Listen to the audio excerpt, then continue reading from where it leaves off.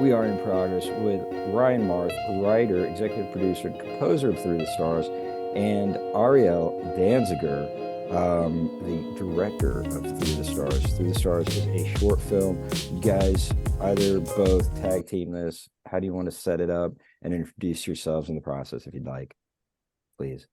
I defer to the director. Director. I'll be first. Ariel Danziger, director on Through the Stars film. Guess just a brief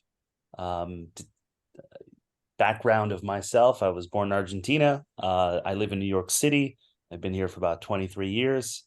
I mostly work in commercials and commercial production and direct mostly TV commercials, and sort of kind of started going back to my roots, and started going back to narrative and fiction films, and wanting to kind of start making more of those, and trying to sell less shit. Yeah. Cool. But yeah, man. So yeah, that's it for me. I'll pass it over to you, Ryan.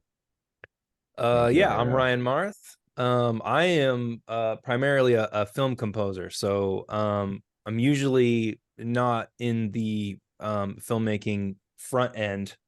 But here we are. I wrote this script and I had this idea, and spent a long time trying to figure out how to make it happen. And yeah, that's kind of how I fit into all of this. I kind of got my start playing in punk rock bands and hardcore bands, and toured the country and made a bunch of records. Did that for a while, and I kind of got tired of living like a pirate, just sleeping on couches and sailing from port to port, and kind of got into film and television through a bunch of different ways from there. And yeah, became a film composer, and just decided, what would it look like if I made a short film, as opposed to just kind of doing the music only. I did the music for Through the Stars as well, but that's kind of my background and where I come from.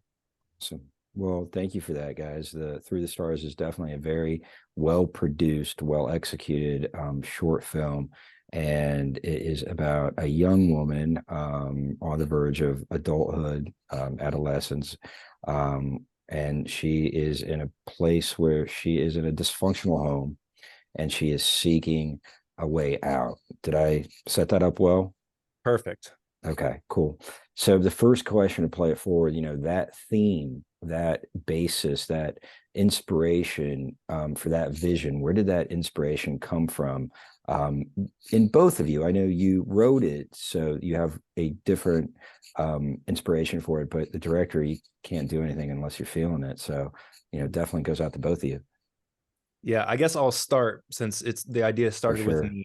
And then yeah, and I fully agree with that sentiment as well. For me, it just kind of, I feel like, I don't know, to put it simply, the best art is honest art. So it was just an honest look at parts of my life that I thought were compelling, that I think a lot of people probably could relate to in one way or another. And it was just kind of an idea of um how more alike we are than different, and how a lot of us have a lot of intertwined experiences, and how we may feel more alone or isolated than we actually are. So that's kind of my approach to it, and I just wanted to write something that rang true for me. And that's pretty much how it came about. I mean, and also too, I just, I thought, on a very practical level, if I could make music for any short film, what would that short film look like? So it was kind of a mixture of those types of ideas for me. And yeah, that was the kind of the inspiration from it, from the writing aspect of it. Got it. Yeah. Thanks, Ryan. Um, Yeah. So I guess, I mean, there was, I think there's, not only, I mean, there are a lot of components and a lot of things that really um triggered my interest when I saw the script, and obviously meeting Ryan. I was kind of brought into the project through a mutual friend, Waleed Sokar, who was the director of photography on the project. And he had sort of approached me and said, "Hey, man, I have this. I've been sort of working on this short film, and you got to meet these guys, and you got to read the script. I think it might be something that you might be really interested in." And I remember reading, first few pages in, and there was a very kind of, I mean, I tell this story, I've told this story to Ryan, but there's a symbolism in the film, which is 11/11, and something that I sort of have carried with me for many years now. Likewise. Yeah. Curious. Yeah. We don't have to get too deep into the meanings of it, because it has, I think, many meanings to the 11/11 sign, or the numbers. But as soon as I saw that, there was something that just kind of pulled me into the story, to the film. And I could not. It almost kind of became. It was almost like, something that just I couldn't kind of turn my back on. I knew that this was It's a sign. Yeah, it was an absolute sign, man. It was like seeing it on a digital clock. It's just like, okay, now it's on a page in a short film right in front of me. And I think that was a huge kind of, like, that was like the that was the hook inside the mouth. And that sort of grew, and it obviously, as we kind of went through the process of the script and deconstructing the script and really kind of understanding the psychology behind the characters, rearranging also the script and the storytelling structure of it, and being able to kind of really kind of dive deeper into the incredible backstory. I think Ryan had he had it so flushed out, the backstory of how we got, because the film is it's almost like a snippet, it's a moment, right, in this timeline, and everything that happened before was so incredibly described and thought out by Ryan, that it sort of made it sort of a very easier transition to when you land into this moment, into this snippet, into this the 10-15 or the 15 minutes of the film. You're only experiencing a blip of time. And funny, and also it just, it is an underlying story about time, and time, and how parallel times and sort of alternate timelines that are going on simultaneously. So I think that getting into that sort of moment of the film, and seeing how we were able to kind of evolve that story, really kind of hash out the look of it, just so much inspiration in terms of, and one thing it's really interesting is also when you are sort of forced on a limited budget, that things it's the become greatest. I mean, it's the greatest, right? Because really so much comes out of that, so much in that darkness, in literal darkness. We shot about 2 nights in this sort of forest area with very limited resources. Beautifully done. And it looked great, and it sort of had a really nice high end production value to it. Very much so. Yeah. We got incredibly lucky with where we shot our location, thanks to our amazing producers that kind of helped us find this kind of all-in-one location up in upstate New York. And I think it really just kind of it's sort of really just the process of that, the process of how the filmmaking process of how things just really naturally evolved, and how, I mean, there's so much to this, how we got there, and how we even ended up in upstate New York. I mean, we were supposed to shoot in Seattle, and we just kept pushing the dates, and things were kind of, sort of not really working out as far as what our resources of what we were getting in Seattle. and we kind of shifted the whole thing like midway through the process to New York. And we had to fly in, obviously Ryan and Lisa, the producers and writer, and we flew in our main actors, and we started recasting in New York, and everything started shifting there. And but these are all parts of this incredible kind of accident. These accidents sometimes become the greatest gifts. And yeah, I spoke a lot. I know I said a lot. No, it's great, man. Hey, my job is to tailor it into the stream, and we'll work it all into the stream, because it's all a part of a big stream of work that goes into making this work at the end.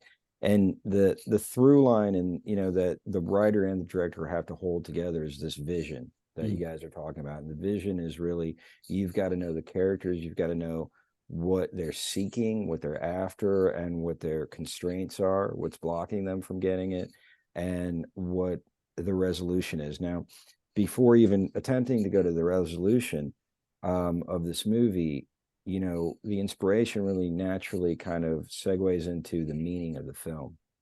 And that's the heart. That's the gold, and if we're talking about, for me, when I saw the film, one of the things that I take notes on is a storyline, subtext, and theme. Those are the three, things I jot down for myself. And so one of the themes that I wrote down for myself is this pursuit of freedom, right? In this awful place of darkness, and Ryan, hearing you talk, you mentioned how we're more similar than not. And one of the things that dawned on me is how similar all the characters are in their loneliness, right? They're all kind of dealing with it in different ways. And some are giving hope up, and some are just angry assholes, and some are young and striving for freedom. So in that mix of inspiration coming into meaning, and how we make meaning of the world, and then how art makes meaning of the world, guys, please take a stab and cut a slice of what the film is saying to you now. You're all done with it, you reflected on, you analyzed it, now you watch it and you take it in, and what are you getting out of it? Yeah, I think for me, well, first of all, just to the beginning part of kind of what you were saying, I was expecting a lot more of having to try and get on the same page with whoever our director was, of trying to figure out like the story, and like, let's figure this out together, whatever. But what was so rad about working with Ariel was like, Ariel understood everything about this story from the jump, so that made everything so like freeing for me to just be able, like, I just like basically showed up and tried my best to stay out of the way to varying levels of success. Sometimes I got in the way, but I tried not to, which was awesome, because Ariel just so like, it was, as a writer, putting your heart and soul onto these pages, to be able to hand it over to somebody like Ariel, who just absolutely understood the assignment and crushed, and like knew everything, all the nuance and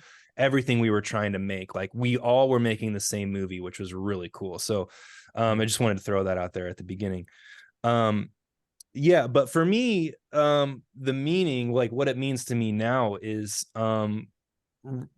really one of the more gratifying parts about making this film, which was, I didn't want to set out to make a nice little neat narrative cohesive piece of cookie cutter TV show. And there's nothing wrong with that. Like, don't hear me saying that as pejorative, because it's not. I love those TV shows too.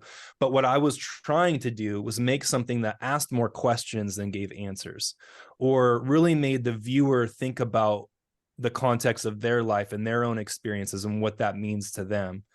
And I knew that not everybody's gonna like that, but that's great. Like, that's cool with me. Like, that's what I wanted to do. I wanted to make something that people that are more interested in watching a poem in visual form as opposed to reading a novel, like that's what I set out to do, which was cool, because I feel like, looking at it now, I feel like that's what we achieved.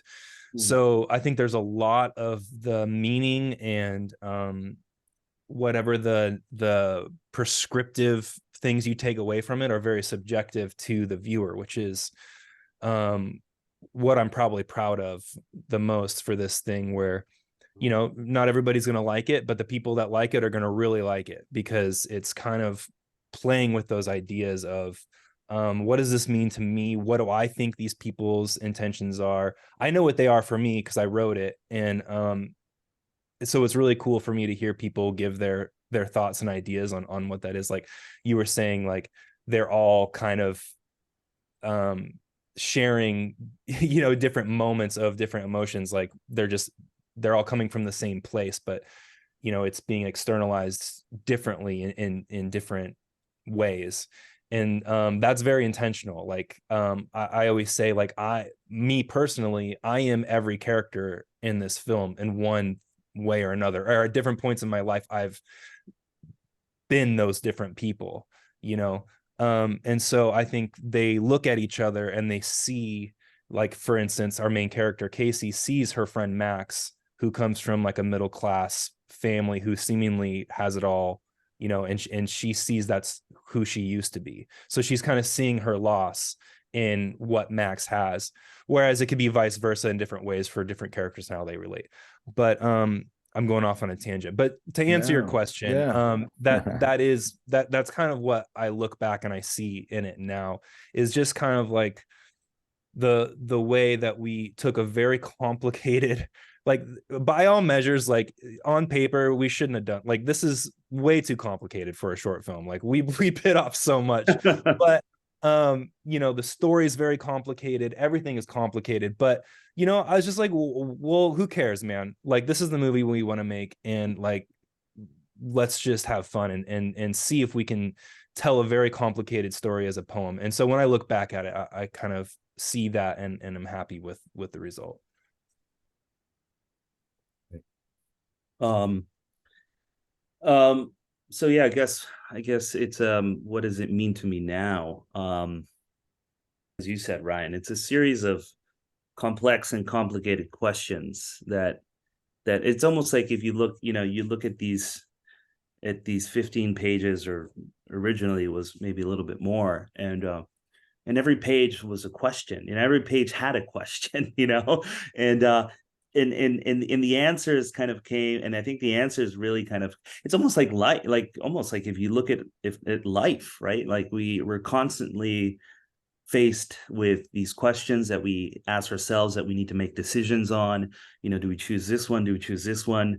You know, every day we're constantly kind of making these choices, you know, on how our life, you know, on how to navigate through this so-called life, right? And in a way, it was sort of like that, you know. It was this constant, this sort of constant being faced with these questions. And obviously, you know, our main character is dealing with trauma, and how does that trauma, you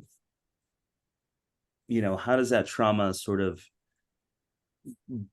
depict itself in this character, and how does it kind of come out, and what sort of choices does she make through her story and through her journey. And I look at that, and it was, you know, it's still, I think it's such a great, I think we did such a really fantastic job with, you know, even the first few seconds or few minutes of the film. You know, you sort of start with this question. She's running through this forest, you know, not knowing exactly where the hell she's going, what is happening. You know, that's the first question. Where is she? Why is she running from? Where is she going? What the hell is happening? You know, and then all of a sudden, the timeline breaks, and everything, you know, in a very non-linear. I mean, the idea was to kind of really, as Ryan said, it's almost like poetry. You know, it's a non-linear structure in the story that we wanted to kind of tell. And I think the most linear it gets is with, you know, is in the forest, when they're sort of like in this kind of conversation about, you know, her stepfather and yada yada, and things start to unfold there. But everything that kind of builds up to that moment, they're kind of intercut different timelines happening. And I think that was in a way, it sort of became just such a great challenge in storytelling, you know, and such a great exciting way to pack in as much information and as much questions that we can kind of put out there for the viewers, you know, or for the audience to kind of, you know, digest, really. And I still look at it, and you know, I even now I look at it, and I feel like every time I see it, I have a different feeling for it. You know, like it's never the same. It's never. It's something new always comes up. You know, and maybe a year ago, I used to know what happened to her. You know, at the end, or at least to have this one idea of what I thought happens to the ending, and I watched it recently, and like, no, it's changed. You know, now it's totally different. Like, you know, and that's exciting, man. That's exciting to be able to create a piece of film or short film or information out there that has this sort of almost, you know, almost like ever-changing thing of its own. Oh, this is my Frenchie here. Hey, Frenchie.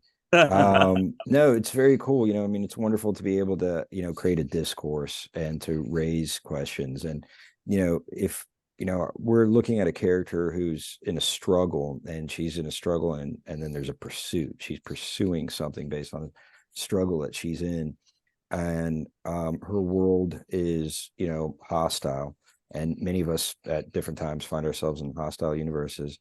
And so what do we do? How do we get out of those universes? You know, character here is creating a, you know, complex mechanism to get in touch with outer space and her dead father. Potentially, it seems like he's died or left, gone. How do we read that metaphor, and how can we apply it to our lives? I think that's the beauty of the question, right? I think it's different for everybody. I think the answer is different for everyone. I think what's important is to ponder that question for yourself. And I think everybody's situation is similar in some ways and unique in others. And, you know, it's not a prescriptive one size fits all for everybody's thing. I mean, I know what that is for me. What is it for you? What it was for me. Yeah. I think, well, you know, like I said, I am every character in this short film. So if we're going to take Casey, I am Casey in that way, where I'm like, you've got one life and you've got one shot to do this how you want, as far as we know. Maybe I'm wrong, who knows? But you know, for me, I'm going to do whatever I can within my control to Reach for the stars. Reach for the stars, Yeah. escape whatever thing I'm in Yeah. that I don't want to be in. And that's it for me. Thanks, man. Guys, when the interest of time, we're running out. I'm getting notified that we have little time remaining. And I wish it was a little more, but you know, to sum it up as succinctly as you can in the minute and a half we have left, how have you been changed since making the movie? Ryan, Go you ahead, start. Ariel. Oh, you want me to start? Okay. How have Yeah. I been changed? I think anytime you can make art that's honest and personal, you're going to be changed for the better. And I think that's enriched me as an artist. I mean, that's what we all are here. If you're doing anything creative, you're an artist. And so for me, that's enriched me, being able to collaborate with all these amazing people like Ariel, and everybody that was on our set was so great. So for me, it was just, I'm changed for the better. I feel more grateful, humbled in the truest sense of the word. And yeah, I mean, I'm just better for having gone out and done that. Yeah.